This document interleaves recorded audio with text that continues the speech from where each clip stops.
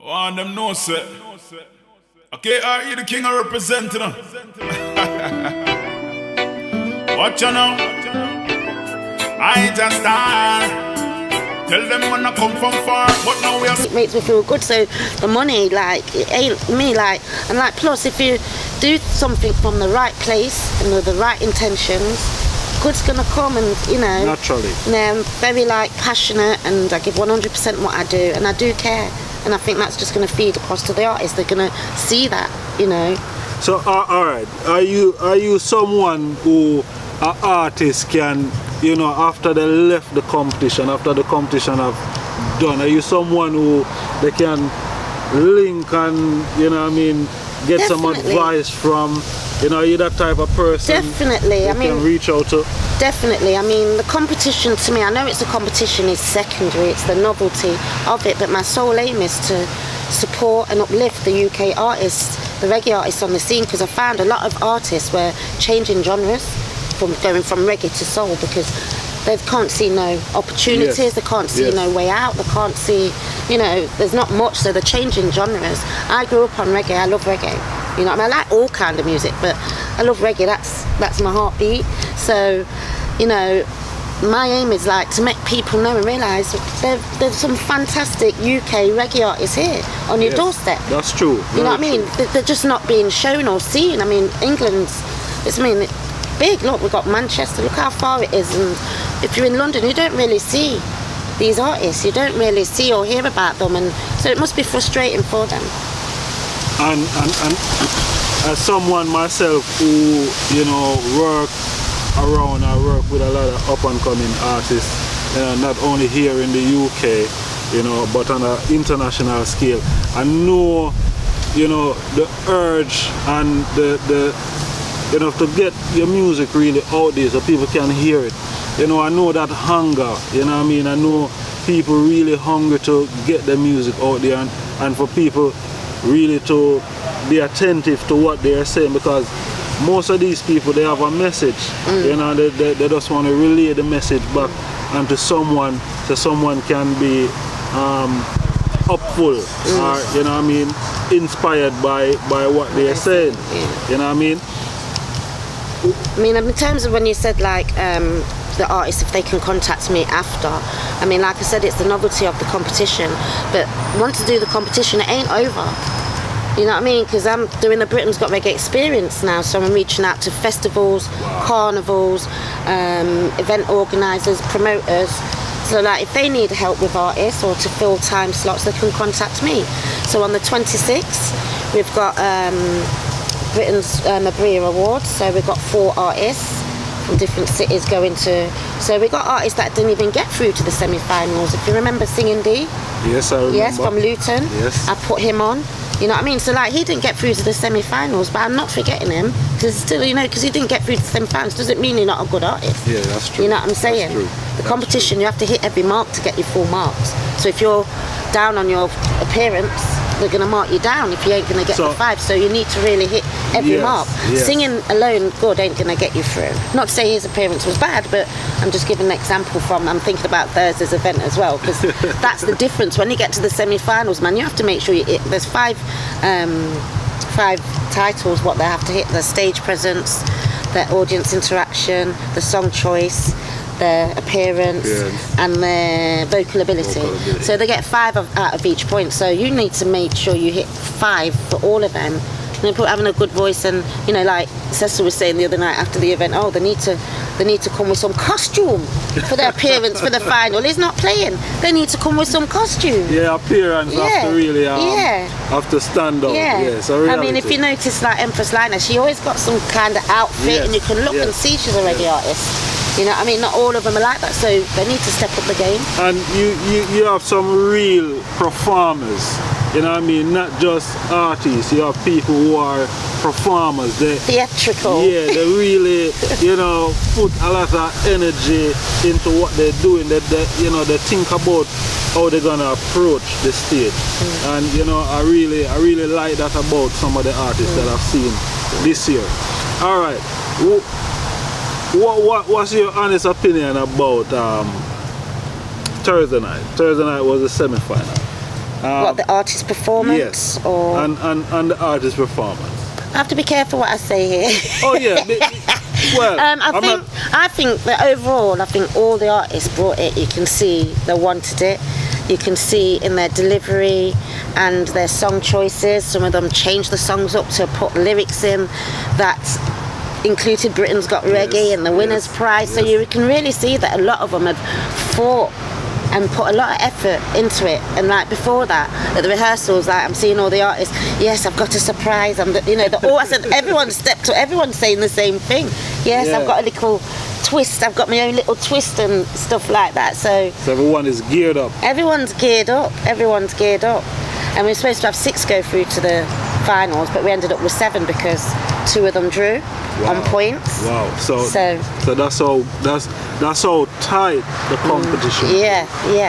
I mean, all the points were the finalists. I think it was between 75 points and 92 points. The 6. So it's not far. No, it's not far. Not far.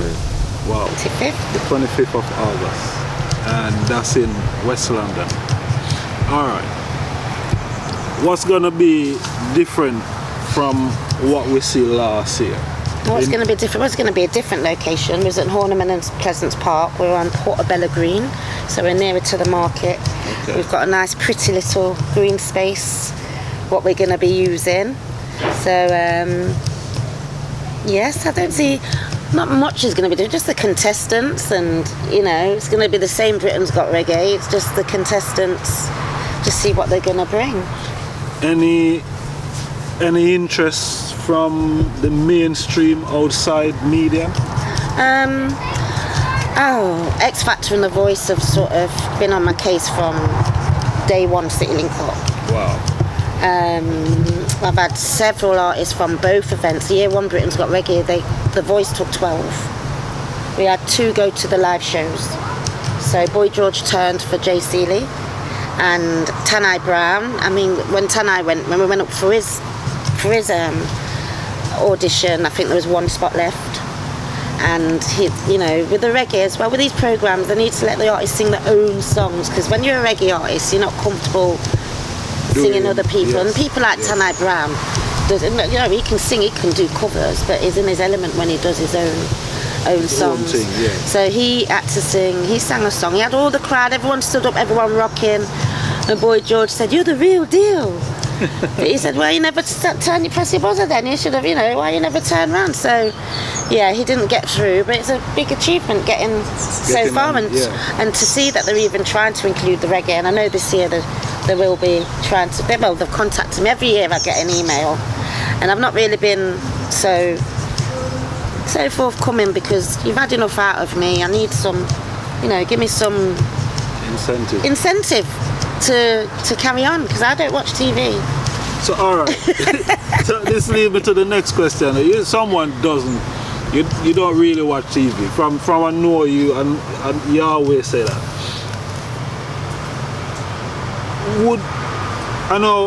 Would you like to see? If the artists, I know, because artists have been on there, I'll just go and switch it on and watch because they're on there. Any of the artists that come through me, or any artists, yes, I'm going to support them. I watch, and support them on social media and big them up. You know what I mean? Because I'm happy for them. Britain Got Reggae. Wouldn't you like to see that on the mainstream? Because yes, definitely.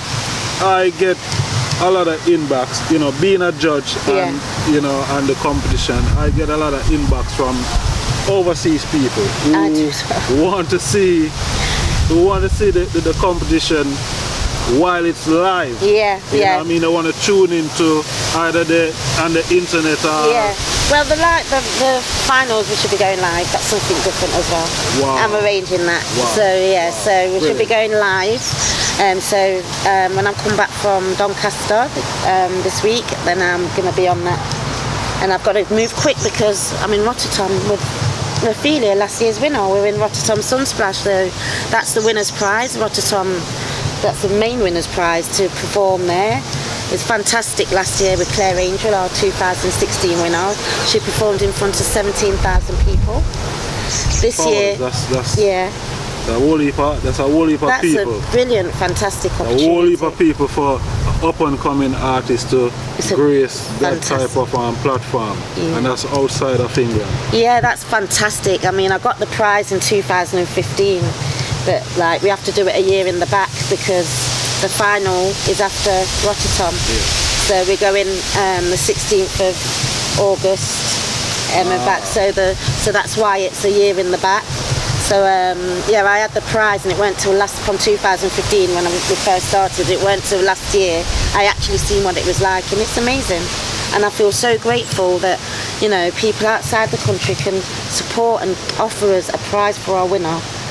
It's amazing. I just feel so grateful to Rotterdam because it's such a fantastic opportunity. The festival is amazing. Yeah, we have to, yeah, really and truly have to big up Rotterdam because they didn't know me from nobody. I just started and I said I'm doing this competition, sent an email, and they got back, yes, we'd love to be involved and offer you a winner's prize. So, and all then I didn't know what I just researching all these festivals and, you know, and if you don't try, you don't get. I thought, yeah, they're not gonna, whatever. And when they got back and said they're interested, I was over the moon, man. I thought, thank you, God, thank you. And that's a real good look. So, you know, artists out there, you know, it's an incentive to really want to come. You know, it's not just any type of competition. It's something where if you do perform and you win, there's something at the end of it. Yeah, they perform at One Love Festival as well. That's one of the biggest in the UK, reggae festivals. So they get that and they do a recording project with Stingray Records. Wow. And there's lots of other opportunities that come up. I help them with promotion for the year, so the artists will get promotion. I'll take care of the bookings or management if they want, you know what I'm saying? So there's lots of opportunities.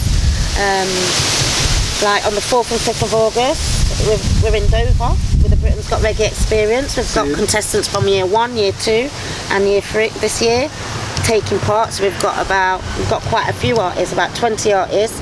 And so we're going to be in a different area, new audience, and that's what we're trying to do. Go into these rural areas to let people know, yes, we're here. Powers. I'm looking forward to that. I'm looking forward to that. So that's the idea. What a time, good time. As a sister, as a woman, what encouragement you have for, you know, other sisters out there who probably not trying or doing similar thing to what you're doing, but just trying to do something? Yeah. What encouragement do you have for them? Well, I just say I know as a woman and in the music industry it isn't easy. It's not easy, and like you have to have a bit of backbone and be able to talk up. Like I saw a post by no one in Britain's Got Reggae. She's performed on City Link Up. Now this artist is doing an album with these people. She don't like her own album, and I'm thinking, how do you do a whole album and sing all them songs you don't like for someone else? You should have spoke up. You need to speak up and stand firm and, you know, be real to yourself. Yeah, true. You know, be true to yourself, because if you're gonna have to push this album and you don't like it yourself, how are you gonna encourage other people to like it? So I see situations like that. So you really, as a woman, need to have some backbone. And what I've found with me, it's like, you know, it's a man's world, and men have wanted to work with me, but if they don't want to try to get in my pants, they want to try to take over or put me under their umbrella.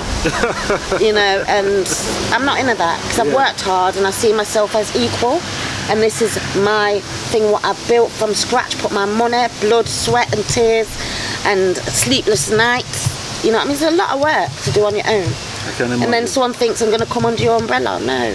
So I don't think you've put in what I put in. So as a sister, you would really encourage the other sisters them to, you know, work hard, believe in themselves. Believe yourself, work hard, and just know you can do it. Where there's a will, there's a way. I'm very passionate, and sometimes you do get them down times, and why am I doing this, and why? But then there's always something that comes in that reminds you, this is why I'm doing it. You know what I'm saying? You get an artist tell you, I had one contestant ring me up a couple of days ago crying, saying they still can't get down, and they're crying to me literally, telling me how much it means to them. You know what I mean? So that's enough for me to keep going. And then today I got a call, thank you so much, what you're doing. It's from another contestant that's got through. You know what I'm saying? Even though I don't get through, people just, you know, they build me up. Them comments keep me going, they uplift me. You know, there's so much negativity in the world, and I get such a fight with what I'm doing. Some people aren't happy, maybe because I'm a woman, maybe because I'm not from London, and where's this little girl come, what do you know about reggae? I'm not proclaiming to know everything about reggae. You know what I'm saying? I run events, and I see a gap in the market, and I see what's needed, and it's opportunity is needed, and no one's really giving artists that opportunity.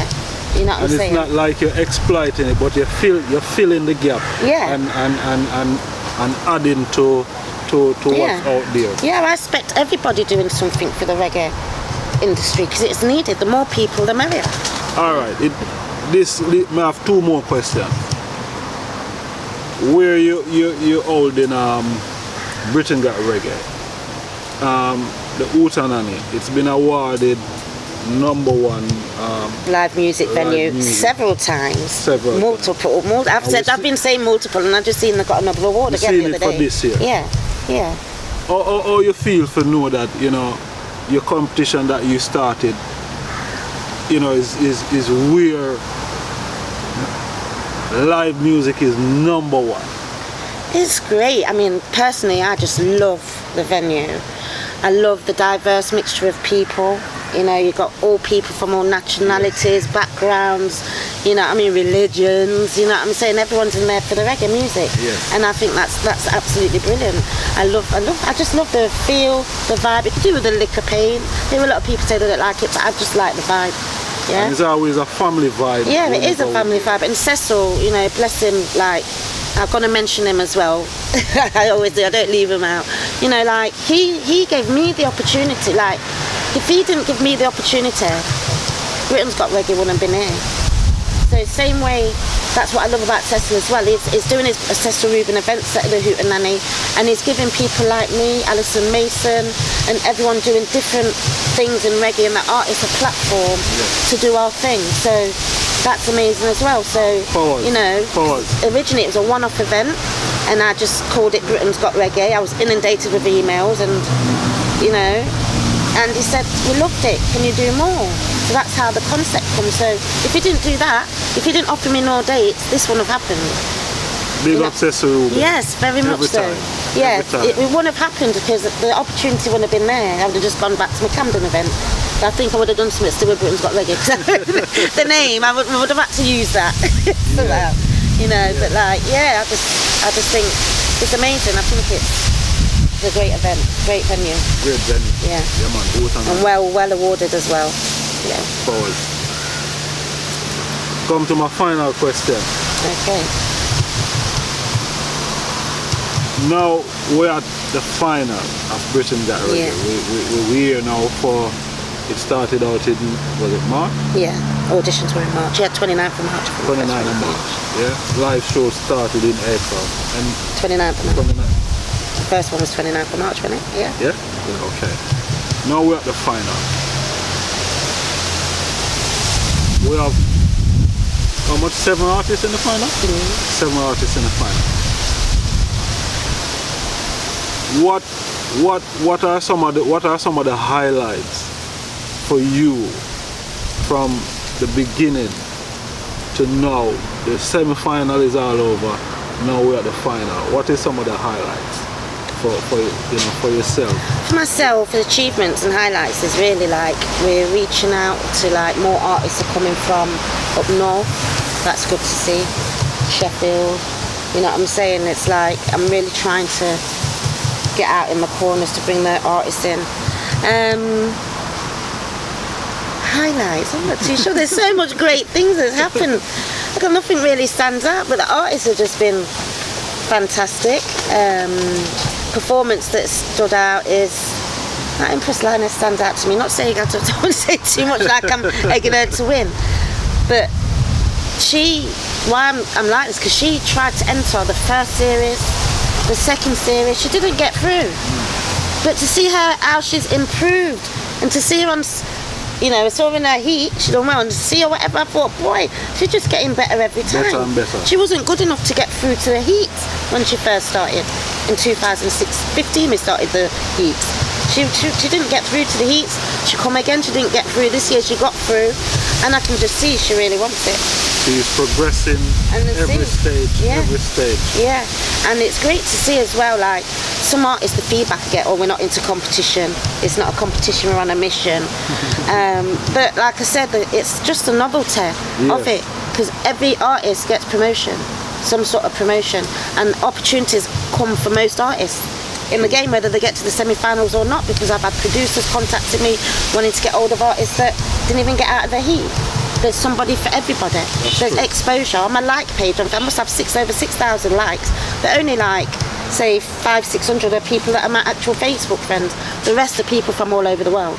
You can look at your, you can look and see your... The analytics. Yeah, the analytics, and see where everyone's from. So I see people are all over the world watching.